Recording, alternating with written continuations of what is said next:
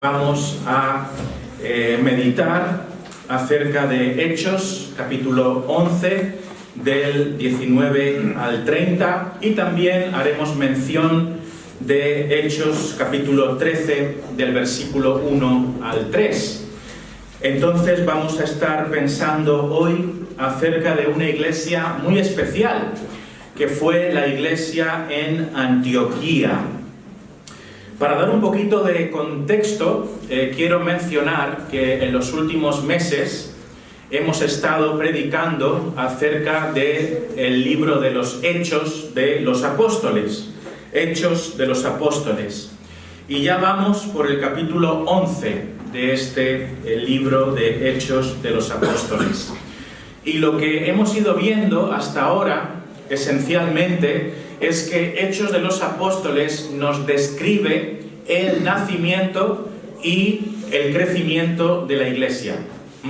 Hechos es un libro de la Biblia que nos habla acerca del nacimiento y del crecimiento de la iglesia cristiana. Ahí vemos cómo la iglesia cristiana comenzó, cómo el Espíritu de Dios se derramó, por ejemplo, en el día de Pentecostés, y a partir de ahí la iglesia fue esparciéndose, fue creciendo en diversas regiones, empezando por Jerusalén.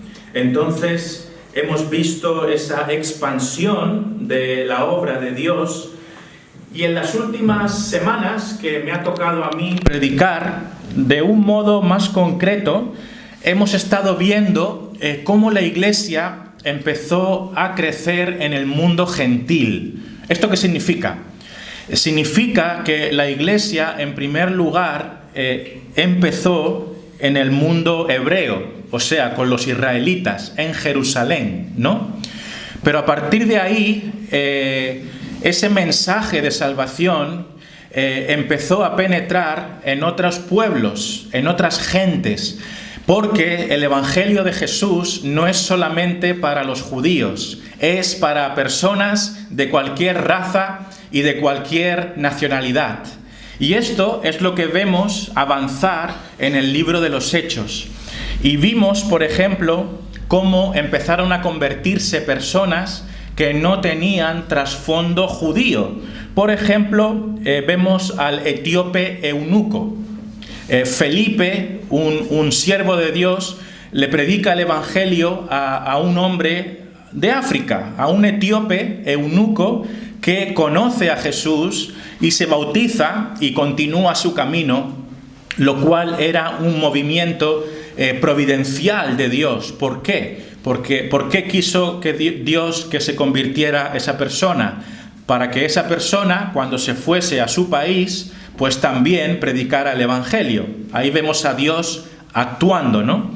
Y también vimos la conversión de otro gentil, que fue Cornelio, un militar, un jefe militar, un centurión romano, que no era judío, ¿no? Entonces, eso es lo que empezamos a ver, personas gentiles. ¿Qué significa gentil en la Biblia? Gentil tiene dos significados. Uno significa amable, ¿no? Alguien simpático, amable, de buena educación. Pero cuando leemos en la Biblia gentil, no significa eso. Significa alguien que no tiene trasfondo hebreo. Nosotros, a menos que haya un judío entre nosotros, pues la mayoría somos gentiles. ¿Por qué? Porque no venimos de la nación hebrea, no somos israelitas de nacimiento, ¿no? La mayoría de nosotros, o quizás seguramente todos, por lo cual somos una iglesia gentil en este sentido, ¿no? Porque somos de diferentes nacionalidades, pero no de un linaje hebreo. Entonces, lo que vamos a ver hoy es algo súper interesante. ¿Por qué? Porque hasta ahora hemos visto conversiones de personas gentiles.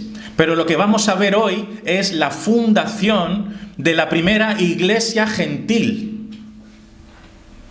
Esto es muy interesante porque esto es un punto de inflexión en la historia cristiana. Yo diría que esta iglesia de Antioquía es muy especial, porque es la primera iglesia que vemos aquí en la Biblia que nace con personas que no son hebreas. Es verdad que había israelitas ahí también, pero vemos una presencia gentil muy significativa.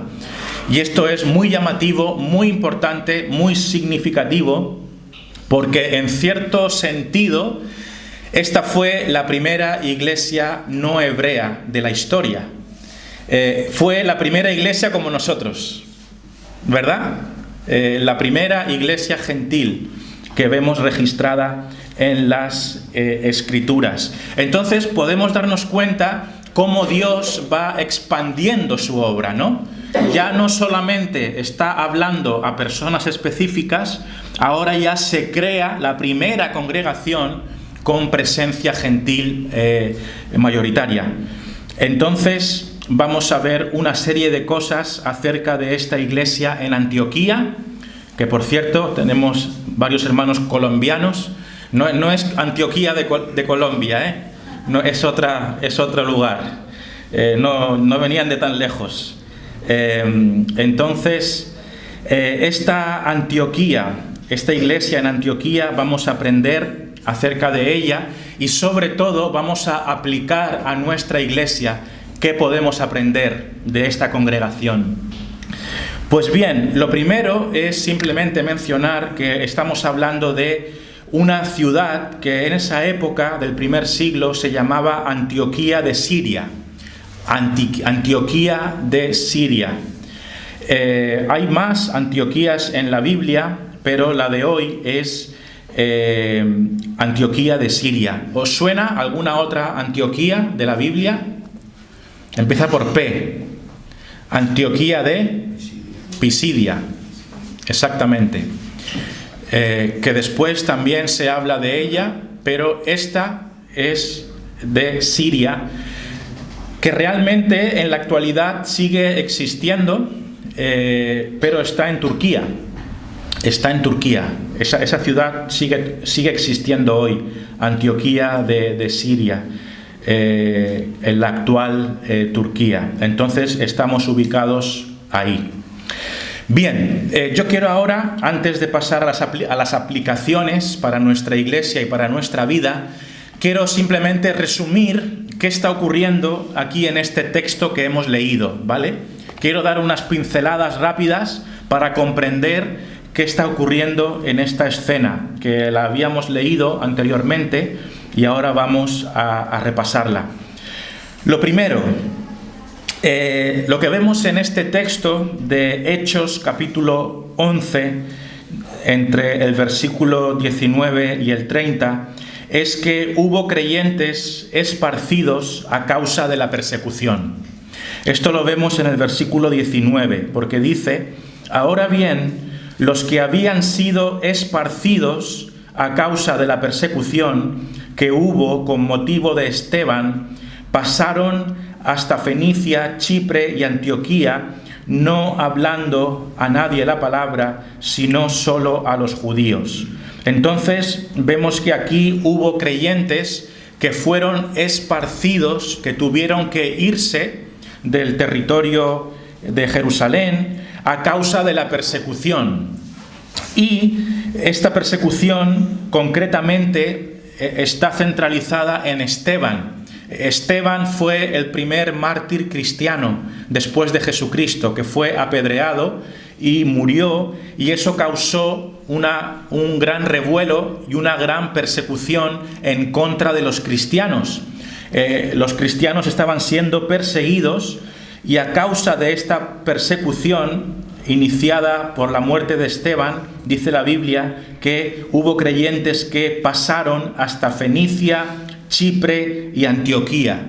Esos tres territorios son territorios gentiles, son territorios que no pertenecen a Israel. Entonces, ahí vemos cómo Dios utiliza esta persecución para expandir su obra, y estos hermanos tienen que irse de Jerusalén y se tienen que marchar a otras regiones.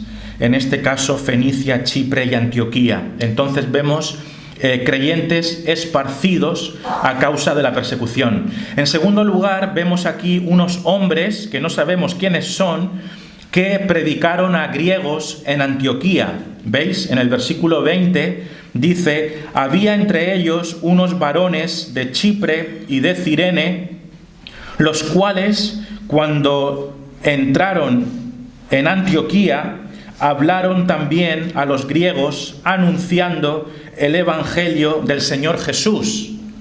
O sea que había unos hombres, dice aquí, varones de Chipre y de Cirene, que son regiones también gentiles, ¿no? Y se dice que estos hombres, que no sabemos quiénes son, dice simplemente unos varones, ¿no? Pues entraron en Antioquía y hablaron también a los griegos. O sea, hablaron a los gentiles. La palabra griegos significa griegos, ¿no?, de Grecia, pero en un sentido un poquito más amplio podemos entenderlo como gentil, personas que no tenían trasfondo judío. ¿Y qué hicieron estos hombres de Chipre y de Cirene, estos gentiles que entraron en Antioquía? Pues anunciaron el Evangelio del Señor Jesús. Esto fue lo que hicieron. Anunciaron el Evangelio del Señor Jesús. ¿Qué es el Evangelio? La buena noticia de que hay perdón de pecados para pecadores como nosotros, si nos arrepentimos y si creemos en Jesucristo como nuestro Salvador. Eso es el Evangelio. Entonces, esto es lo que ocurre, ¿no? ¿Qué más ocurre aquí? Pues que Dios obra y hay conversiones. La gente empieza a convertirse, empieza a escuchar este mensaje de Jesús y la gente se convierte. Escuchan que el único camino para la salvación es creer en Jesús. No hay otro nombre bajo el cielo por el cual podamos ser salvos. Solamente es Él, Jesucristo, el Salvador, y la gente se convierte. Y no pocos se convierten, muchos se convierten, dice el versículo 21, porque la mano del Señor estaba con ellos, dice el texto. Fijaos, versículo 21, y la mano del Señor estaba con ellos cuando predicaban el Evangelio, ¿no? Y gran número creyó y se convirtió al Señor. Y gran número se convirtió al Señor, creyó y se convirtió. ¿Qué es eso de convertirse? Bueno, pues nadie nace cristiano. Esto es importante entenderlo. Nadie nace cristiano. En España, en un país en el que estamos, de tradición católica, existe la idea de que cuando nacemos aquí, pues somos cristianos, ¿no? Pero eso es algo simplemente cultural. En la Biblia, la palabra conversión tiene un significado más profundo, y es cuando Dios toca tu corazón y te conviertes. O sea, caminabas tu vida de una manera, de espaldas a Dios, hacías tu vida como te daba la gana, pero cuando te conviertes, tu mente cambia, toda tu vida cambia, y ya tu vida la haces para seguir a Dios, para agradar a Dios, para servir a Dios, y te unes a una iglesia. Eso es convertirse. Eso es lo que todos necesitamos, convertirnos al Señor, ¿no? Entonces, mucha gente se convirtió al Señor, dice aquí el texto. Versículo 21, ¿verdad? Y se convirtieron y se convirtió al Señor un gran número. Algo especial estaba ocurriendo en esta iglesia, porque muchos se estaban convirtiendo. ¿Y por qué? ¿Cuál fue la clave de estas conversiones? No que estos varones tuvieran nada especial. Las conversiones fueron porque la mano de Dios estaba con ellos. La mano de Dios estaba tocando los corazones. La mano de Dios estaba obrando con poder en la gente, y venía la gente a la fe y al arrepentimiento. Entonces, esto llamó la atención, y es lo siguiente que vemos. Vemos que una persona, un líder llamado Bernabé, es enviado a Antioquía desde Jerusalén. Eso lo vemos en los versículos 22 al 24. Estoy tratando de dar un resumen de lo que está ocurriendo, ¿vale? Después pasaremos a las aplicaciones para nuestra vida. ¿Y qué vemos aquí? Pues que Bernabé es enviado desde Jerusalén a Antioquía para ver qué está pasando aquí. Porque está pasando algo que no es normal. Mucha gente se está convirtiendo al Señor Jesucristo, ¿no? Y dice, y esto lo vemos descrito en los versos del 22 al 24, que dice: llegó la noticia de estas cosas a oídos de la iglesia que estaba en Jerusalén. Había una iglesia en Jerusalén y empezaron a escuchar que había movimiento en Antioquía porque la gente se estaba convirtiendo a Cristo, ¿no? ¿Y qué pasó? Pues llegó la noticia de estas cosas a oídos de la iglesia que estaba en Jerusalén y enviaron a Bernabé que fuese hasta Antioquía. O sea, Bernabé, cuando llegó y vio la gracia de Dios, se regocijó y exhortó a todos a que con propósito de corazón permaneciesen fieles al Señor, porque era varón bueno y lleno del Espíritu Santo y de fe, y una gran multitud fue agregada al Señor.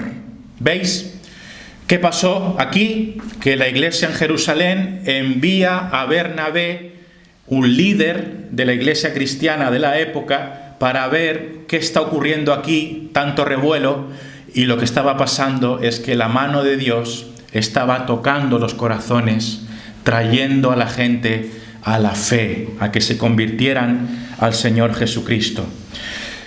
Siguiente paso, ¿qué pasa aquí? Pues vemos a Bernabé que llega ahí, ¿no? Y dice: wow, el Señor está obrando, la mies es mucha, la iglesia está creciendo. ¿Y qué se le ocurre? Necesitamos obreros. ¿Y qué hace? Pues no se le ocurre otra cosa que ir a buscar a Saulo de Tarso. Lo cual es muy llamativo, porque cuando nosotros pensamos en las grandes iglesias del Nuevo Testamento, pensamos en Saulo, ¿no? Pablo, el fundador de las iglesias. Pues ¿sabes qué?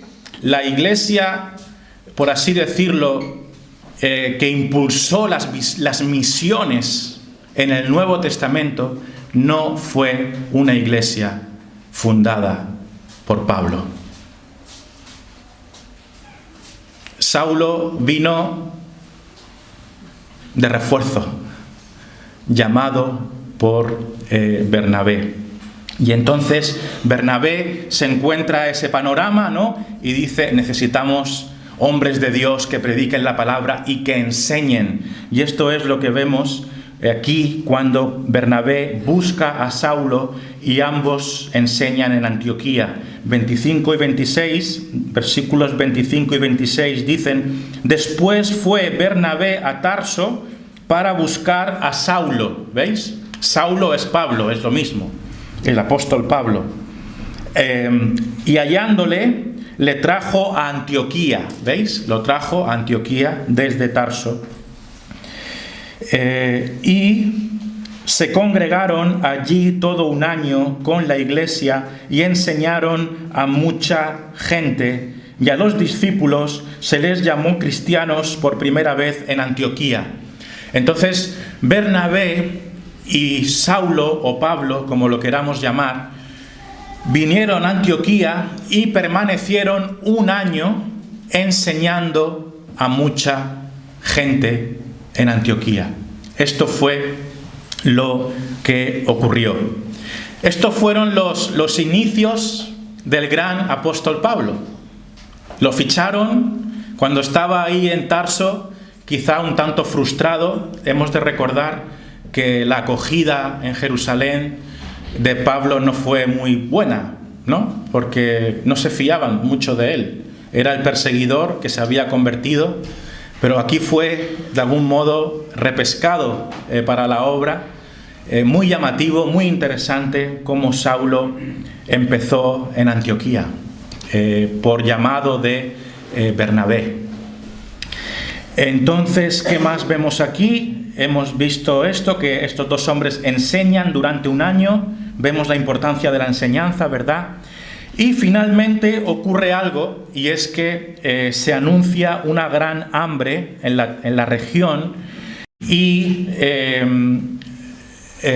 los hermanos de Antioquía envían una ayuda económica a la iglesia en Jerusalén a causa de esta gran hambre que iba a azotar la tierra. Eso lo vemos en los versículos del 27 al 30, y con esto acabamos este resumen. En aquellos días unos profetas descendieron de Jerusalén a Antioquía. Unos hombres fueron de Jerusalén a Antioquía, ¿y qué ocurrió?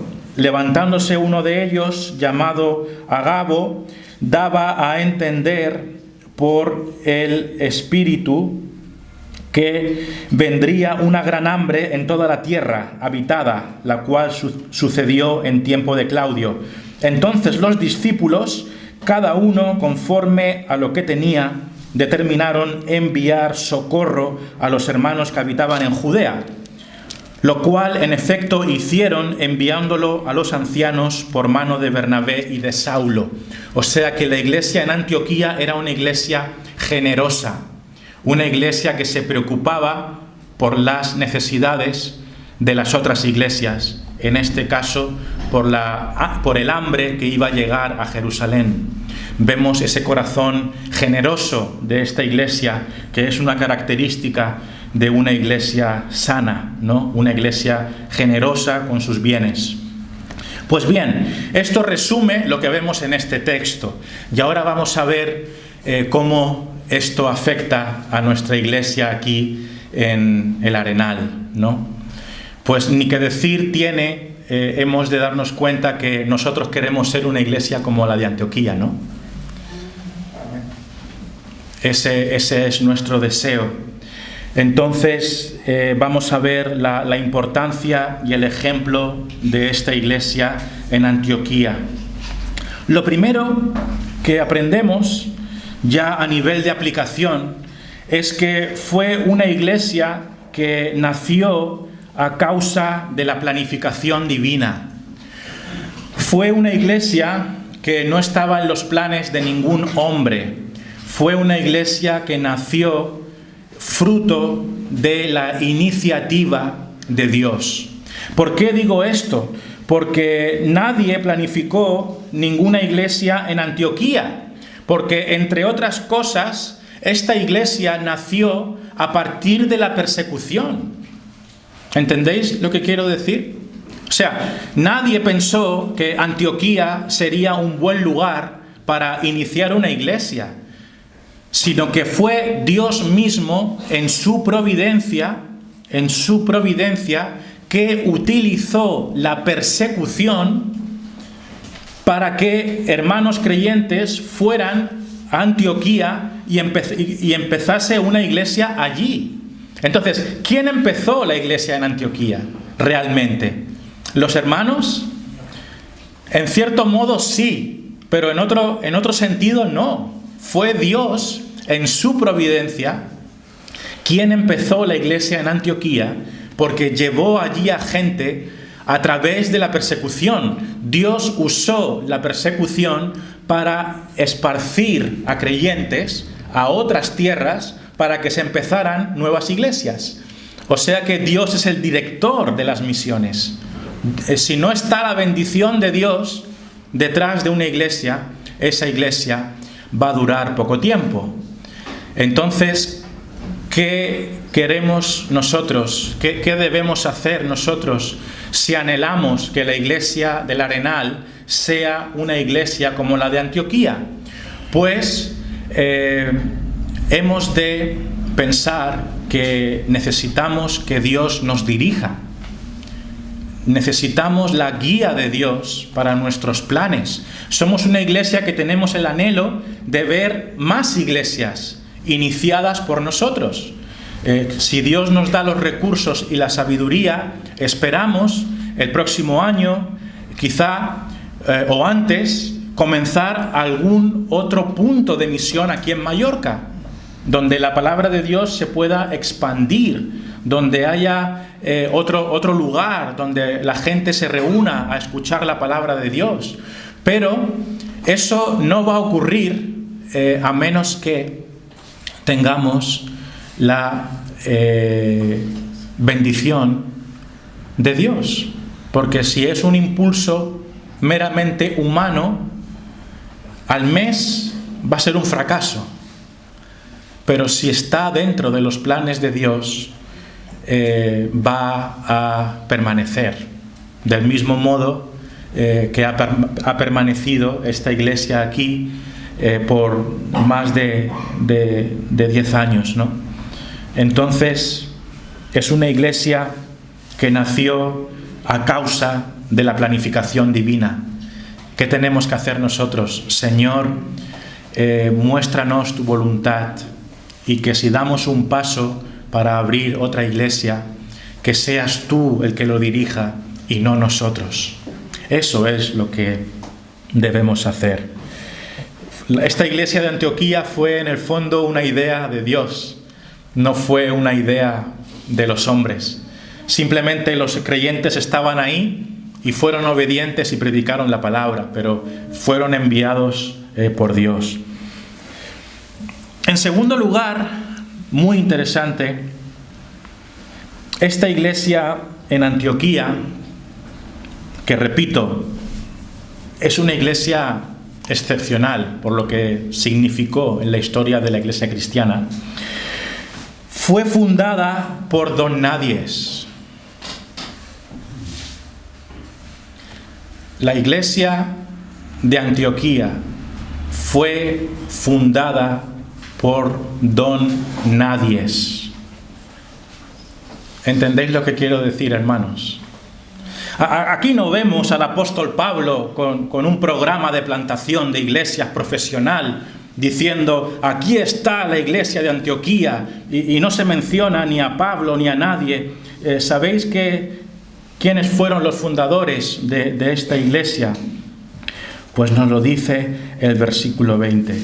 Dice, pero había entre ellos unos varones de Chipre y de Cirene, los cuales, cuando entraron en Antioquía, hablaron también a los griegos, anunciando el evangelio del Señor Jesús. Estos fueron los fundadores de la gran iglesia de Antioquía. ¿Cómo se llamaban? No lo sabemos. No lo sabemos. John MacArthur dijo que cuando llegue al cielo va a preguntar sus nombres. ¿Quiénes fueron? No sabemos quiénes fueron. ¿Qué nos enseña esto, hermanos? ¿Sabes lo que hace falta para fundar una iglesia?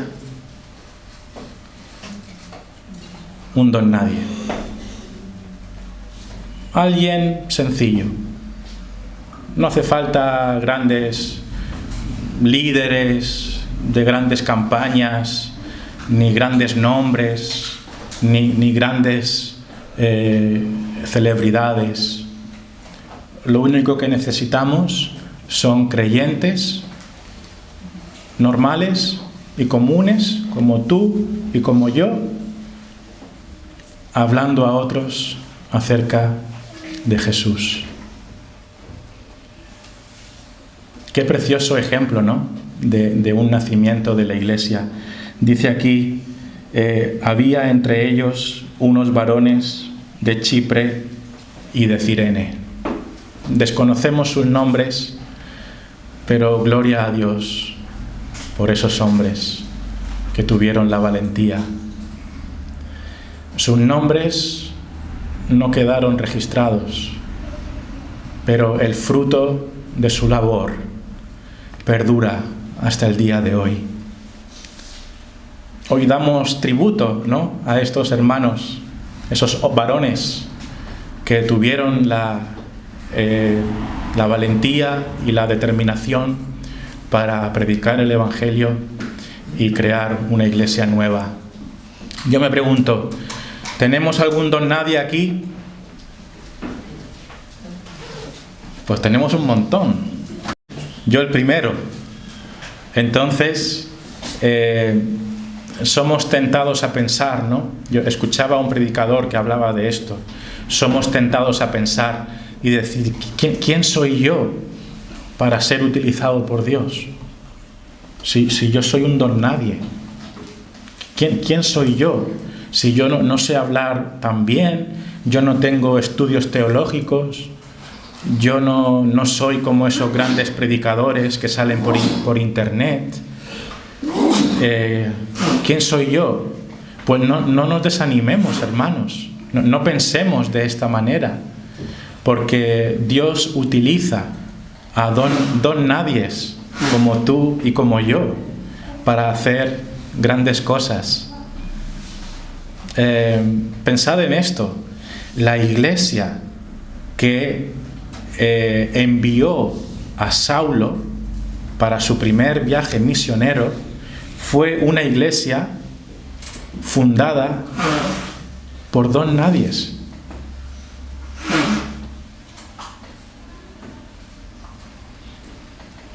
¿Acaso nosotros no podríamos hacer lo mismo?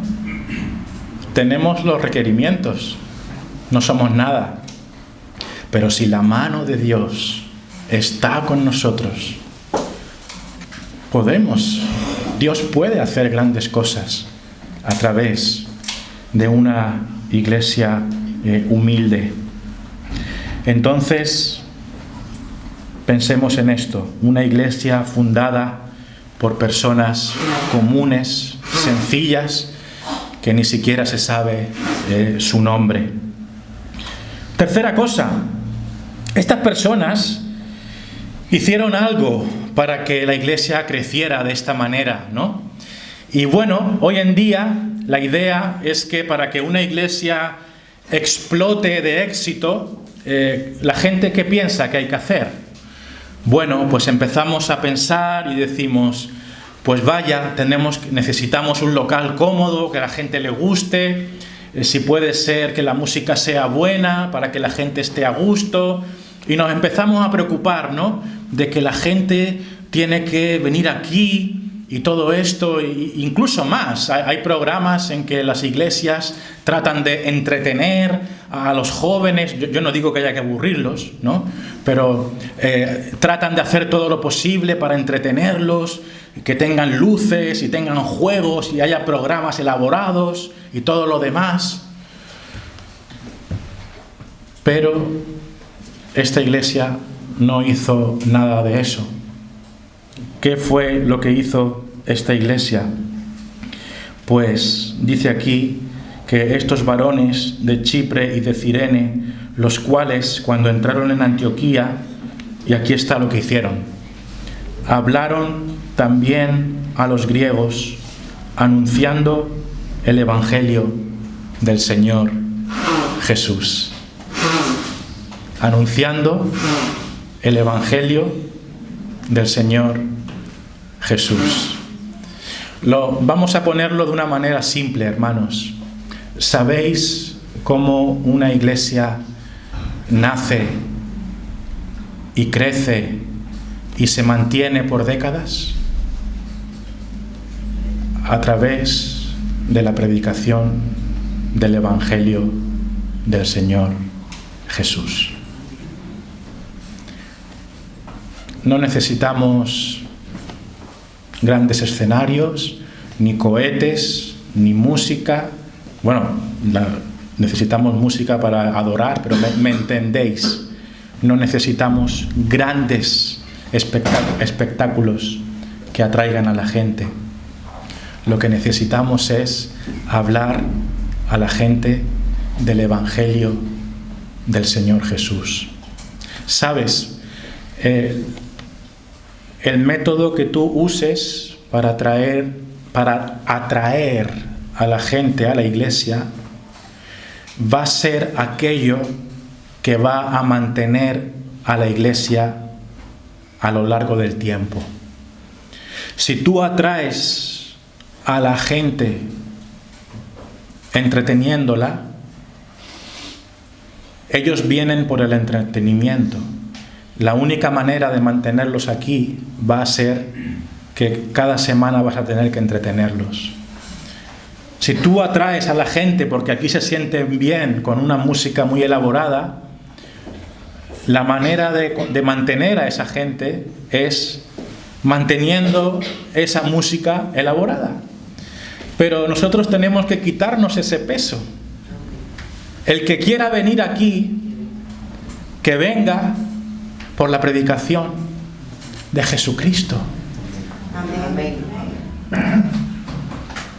Y que siga viniendo por el nombre de Jesucristo. Eso es todo lo que tenemos que ofreceros a Jesucristo y a este crucificado. Pero qué mayor cosa que esa. No hay nada más grande en el mundo que el precioso nombre de Jesús, el Salvador de los pecadores. Entonces, personas que hablaron del Evangelio. Entonces, hermanos, aunque tengamos sillas incómodas, aunque nuestra música no tenga batería, ni aquí haya luces de flash, no pasa nada. Prediquemos el nombre de Jesús. Y de esa forma, la gente que de verdad busca al Señor Jesús se quedará. Y los que busquen fiesta, entretenimiento, pues se irán. Y no pasa nada. ¿Qué más? Un par de cositas más, vamos a ir acelerando. Personas que hablaron del Evangelio, ¿no? Algo fundamental vemos también aquí. Sabemos que esta iglesia ni hubiese nacido ni se hubiese mantenido a menos de que Dios estuviera con ellos. Y esto fue la clave de esta congregación. Fue una iglesia que tenía la mano del Señor. Fue una iglesia que tenía la mano poderosa de Dios obrando en la gente. Eso es lo que necesitamos, ¿no? La mano de Dios obrando en nuestras vidas, en nuestros corazones. Porque ¿quién trae a la gente si no es Dios? Si tú sientes en tu corazón, a lo mejor que esta mañana lo que yo estoy diciendo resuena en tu corazón y tiene sentido y tú te sientes atraído, no es por mí, es porque Dios te está llamando. Dios está tocando tu corazón, porque es Él el que trae a la gente. Nosotros somos simplemente pobres instrumentos en sus manos. Entonces, una iglesia nace y crece por el poder de la mano de Dios. Y esto es lo que dice aquí el versículo 21. Dice, y la mano del Señor estaba con ellos, y gran número creyó y se convirtió al Señor. La mano del Señor estaba con ellos, y gran número creyó y se convirtió al Señor. ¿Por qué creyeron muchos y se convirtieron muchos? Porque la mano de Dios estaba obrando en los corazones. Porque la mano de Dios estaba obrando en la gente. Y eso es lo que nuestra iglesia necesita. Que la mano de Dios siga obrando en nosotros con gran poder. Oremos de esta manera. Digamos, Señor, obra en nuestra vida y obra en nuestra iglesia con tu mano poderosa. Te necesitamos. Clamemos a Dios de esta manera y veremos más frutos en esta iglesia. Porque no hay otro secreto. No es cosa de inteligencia de hombres. No es cuestión de dialéctica, de buena comunicación, ni de grandes oradores. Lo que necesitamos es el Espíritu de Dios en cada uno de nosotros. Es el Espíritu de Dios que nos trae a la iglesia. Es el Espíritu de Dios el que nos mantiene en la iglesia. Porque si fuera por nosotros, ¿dónde estaríamos? Pues durmiendo, o en el bar, o viendo la tele. Pero el Espíritu de Dios nos congrega. Una iglesia que tenía la mano del Señor. Queremos que la próxima iglesia, si Dios quiere, que nosotros humildemente comencemos cuando sea el momento, prospere en lo espiritual, pues oremos para que la mano de Dios esté con nosotros. Bien, esta iglesia fue también una iglesia que atrajo la atención de otras iglesias. Dice aquí el versículo 22, llegó la noticia de estas cosas a oídos de la iglesia que estaba en Jerusalén y enviaron a Bernabé que fuese hasta Antioquía. Algo que ocurrió con esta iglesia de Antioquía es que llamó la atención de otras iglesias. Como hemos visto, ¿no? Los hermanos de Jerusalén oyeron y dijeron, aquí pasa algo. Aquí hay, como se suele decir, un mover de Dios. Y efectivamente, fue una iglesia en la que la mano de Dios obró de manera especial y otras iglesias se hicieron eco de ello. Y eso es también algo de bendición, que nuestra iglesia sea conocida por ser una iglesia donde Dios está presente. Hay algo más que vemos aquí, es mi punto número 6. He dicho hasta ahora una iglesia que nació a causa de la planificación divina. Número 2, una iglesia fundada por don nadies. Número 3, personas que hablaron del Evangelio. Número 4, una iglesia que tenía la mano del Señor. Número 5, una iglesia que llamó la atención de otras. Y número 6, una iglesia que debía permanecer fiel. Una iglesia que debía permanecer fiel. Fijaos, esto lo dice la Biblia. Versículo 23, cuando este hermano Bernabé vio lo que estaba ocurriendo, ¿qué dijo? Instó a los hermanos a que siguieran fieles, ¿no? Fijaos en el versículo 23, dice, refiriéndose a Bernabé, cuando llegó y vio la gracia de Dios, se regocijó y exhortó a todos a que con propósito de corazón permaneciesen fieles al Señor. Que permaneciesen fieles al Señor. Sabéis, hermanos, aquí vemos la combinación de dos cosas muy llamativas. Y es que esta iglesia fue prosperada espiritualmente a causa de la soberanía de Dios, pero también a causa de la fidelidad de los hermanos. Esto es importante. ¿Dónde vemos aquí la soberanía de Dios? ¿Por qué esta iglesia estaba viva? Había vigor espiritual, había fuerza, había impulso.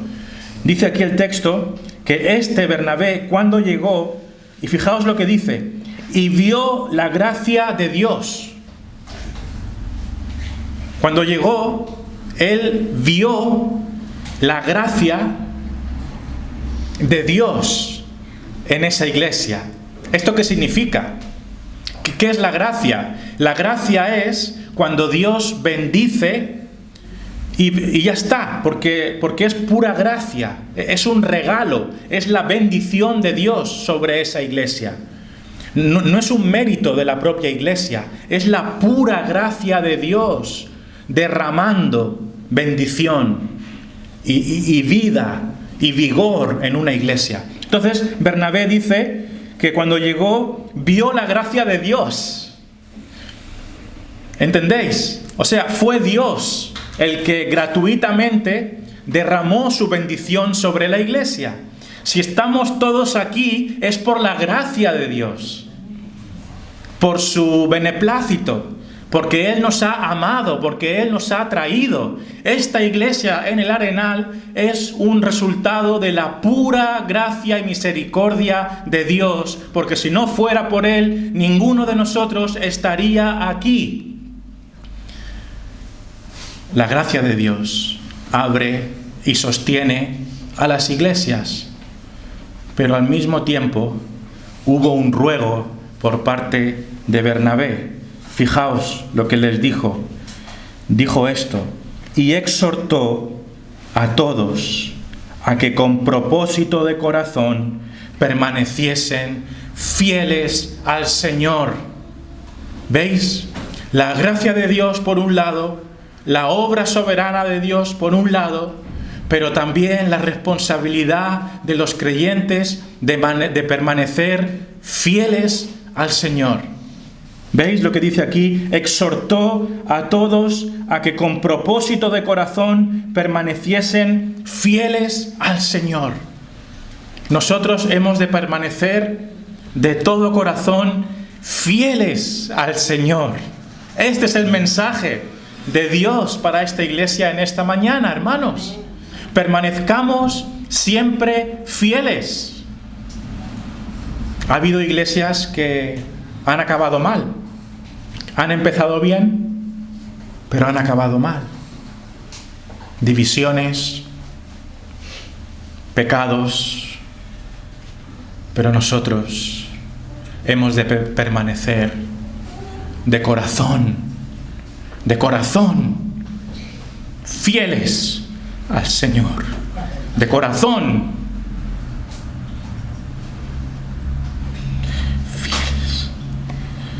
Entonces, hagámoslo, permanezcamos fieles. ¿Cómo podemos hacer esto?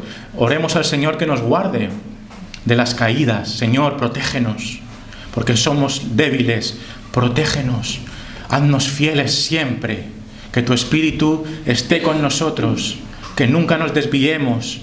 Ayer hablábamos de la humildad, ¿no? Señor, manténnos humildes, porque la humildad lleva a la unidad. Señor, que nos veamos unos a otros como superiores a nosotros mismos, que ninguno mire al otro por encima del hombro, que seamos prontos a perdonarnos, que no demos lugar al pecado. Permanezcamos fieles, hermanos, permanezcamos fieles. Y tengo una lista larga hoy, pero me quedan 4, 7, 8, 9 y 10. Seré rápido. Algo muy importante. Esta iglesia fue bendecida grandemente. ¿Sabéis por qué? Porque tuvo muchos maestros buenos y hubo mucha buena enseñanza en esta iglesia. La enseñanza es todo, hermanos. La enseñanza es todo. ¿Por qué? Porque Dios obra a través de la palabra. Dios obra en nuestros corazones a través de hombres fieles que nos hablen acerca de la palabra de Dios fielmente. Entonces, ¿dónde vemos esto? Pues es bien llamativo. Versículo 26 dice: y se congregaron allí todo un año con la iglesia. Y fijaos, ¿quién se congregó allí todo un año con la iglesia? Bernabé y Saulo, y todos esos hombres anónimos, ¿no?, que también fundaron la congregación. ¿Y qué hicieron? Enseñaron a mucha gente. Enseñaron a mucha gente. ¿Qué es lo que edifica a una iglesia? Pues la enseñanza, la sana enseñanza. Las palabras de Dios son las que hacen crecer a una congregación. La palabra de Dios es lo que bendice a la iglesia. Por eso enseñamos. No es que no nos guste cantar. Podríamos estar 1 hora cantando, ¿no?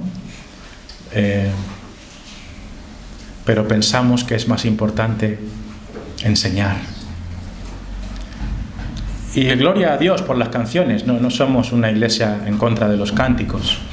Y gloria a Dios por los testimonios de la gente. Y gloria a Dios por las comidas. Y gloria a Dios por todo lo que hacemos. Pero si algo debemos hacer es enseñar. ¿Os imagináis Bernabé y Saulo enseñando allí? ¡Wow! ¡Qué fichaje el de Saulo!, ¿no? ¡Qué fichaje! Ojalá tuviéramos un Saulo, pero da igual. Nos conformamos con cualquier don nadie, como somos nosotros. Pero os podéis imaginar a Saulo enseñando 1 año ahí. ¡Wow! Saulo y Bernabé, es que no puedes tener a mejores maestros. ¿Cómo crecería esa iglesia? ¿Cómo sería edificada esa iglesia? ¿Cómo sería madurada esa iglesia con esos maestros? Predicando constantemente, moldeando la mente y el corazón de las personas a través de la sana enseñanza de Dios. Eso es lo que necesitamos. Número 8. El número 7 era una iglesia con buenos maestros y una iglesia llena de enseñanza. Hemos visto el énfasis de la enseñanza. El número 8. Esta fue la primera iglesia gentil donde, muy curioso, a los discípulos se les llamó cristianos por primera vez. ¿Sabíais? Primera vez en la historia en que a gente se le llama cristianos. ¿Sabéis dónde ocurrió? En Antioquía. Dice el versículo 26, versículos 26, y se congregaron allí todo 1 año con la iglesia y enseñaron a mucha gente, y a los discípulos se les llamó cristianos por primera vez en Antioquía. ¿Por qué se les llamó cristianos? Porque enseñaban a Cristo, porque Cristo era el centro. No se les llamaba evangélicos, aunque tampoco está mal ser llamado evangélicos siempre que prediquemos el evangelio, ¿no? Que para eso nos llamamos evangélicos. Pero por encima de todo se les conocía como cristianos. ¡Qué honor ser llamado cristiano! ¿Por qué deberíamos llevar a ese nombre? Porque nuestra pasión es Cristo. Cristo es nuestra pasión. A Cristo adoramos. A Cristo cantamos. Y a Cristo predicamos. Número 9, vemos que fue una iglesia generosa. Esta es una particularidad de cualquier iglesia bendecida por Dios. Una iglesia según el corazón de Dios es una iglesia generosa. Una iglesia que da aún de lo poco que tiene, ¿no? Fue lo que hicieron estos hermanos. Versículos del 29 al 30 dice: los discípulos, cada uno conforme a lo que tenía, determinaron enviar socorro a los hermanos que habitaban en Judea, lo cual en efecto hicieron, enviándolo a los ancianos por mano de Bernabé y de Saulo. La iglesia de Antioquía, como buena iglesia misionera, era una iglesia generosa con el dinero para la obra de Dios. Hermanos, esta iglesia no quiere abusar de nadie, no buscamos aprovecharnos de nadie, pero aquí vemos un ejemplo de que en el corazón de los cristianos había generosidad, no para enriquecer a ningún hombre. Las cuentas de la iglesia tienen que estar muy claras. Los pastores no tienen ni que tocar el dinero de la iglesia. Hemos de ser honestos y transparentes con el dinero que entra aquí. Pero aquí vemos un ejemplo de generosidad. Y una iglesia que envió una ofrenda a otra iglesia que estaba en necesidad. Y así hemos de ser nosotros, ¿no? Dentro de nuestras posibilidades, sin ningún tipo de coacción, sin ningún tipo de obligación, que cada uno delante de Dios ofrende para las necesidades de la obra de Dios, no por obligación ni coacción, sino por amor. Una iglesia generosa. Acabo, número 10. Una iglesia con muchos maestros, ya lo hemos mencionado, pero quiero resaltar algo más. Hermanos, esta iglesia fue un centro de operaciones para las misiones del Nuevo Testamento. Esta iglesia fue un centro de operaciones para las misiones del Nuevo Testamento. De esta iglesia de Antioquía salieron los primeros misioneros organizados. De esta iglesia de Antioquía salieron las primeras misiones que fueron llevadas a cabo a propósito. No sé si me entendéis. O sea, hasta ahora la iglesia había ido creciendo por la providencia de Dios. Hemos visto que hermanos fueron desplazados a causa de la persecución, pero no estaba en ellos ir a ese lugar. Obligatoriamente fueron movidos a Antioquía a causa de la persecución, pero ellos no habían planificado ir a Antioquía. ¿Entendéis lo que quiero decir? Sin embargo, a partir de ahora, Antioquía es la primera iglesia que planifica misiones y envía a misioneros. Es la primera iglesia que envía a propósito misioneros para misiones concretas, siendo Saulo y Bernabé los primeros en marchar. ¿Dónde vemos esto?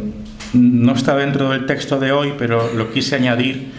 Está en el capítulo 13, del 1 al 3. Dice: había entonces, capítulo 13, Hechos 13, 1 al 3. Dice: había entonces en la iglesia que estaba en Antioquía, ahí está, ¿no?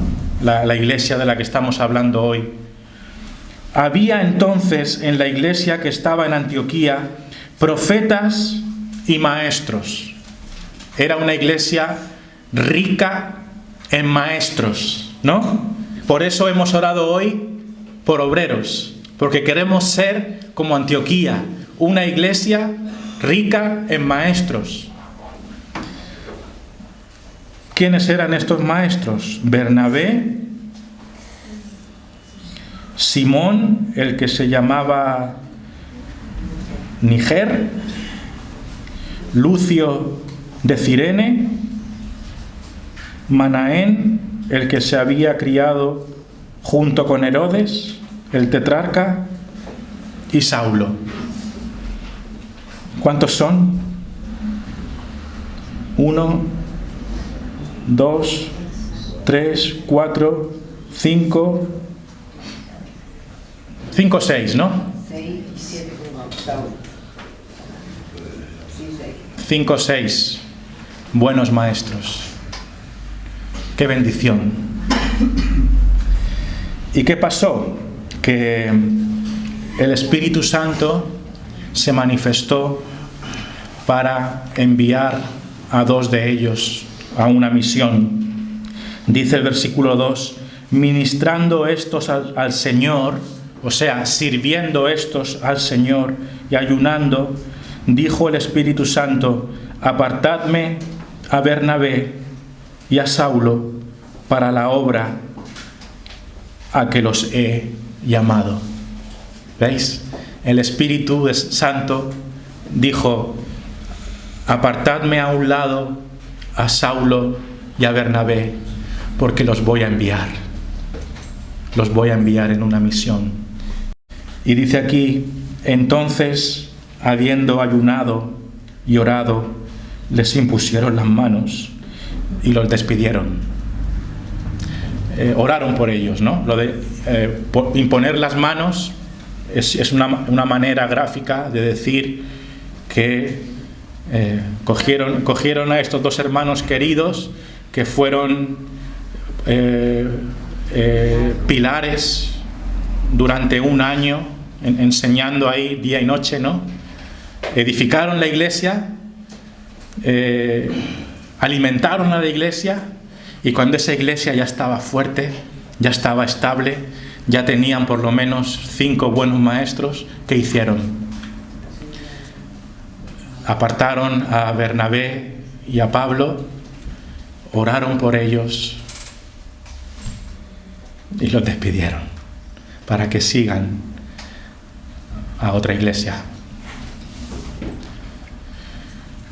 Bueno, así nació la iglesia aquí en el Arenal. Ni más ni menos, ¿no? Sí. Ni de lejos teníamos a ningún Pablo y ni de lejos teníamos a ningún Bernabé, pero teníamos a Víctor, teníamos a José Manuel, estaba yo. Si ahora no valgo mucho, en aquel entonces valía menos, pero ahí estábamos y aquí estamos hoy. Con 3 don nadie fue suficiente. Con 3 don nadies fue suficiente. Y perdonad que me emocione, hermanos, pero de verdad, esta iglesia, yo no he hecho nada.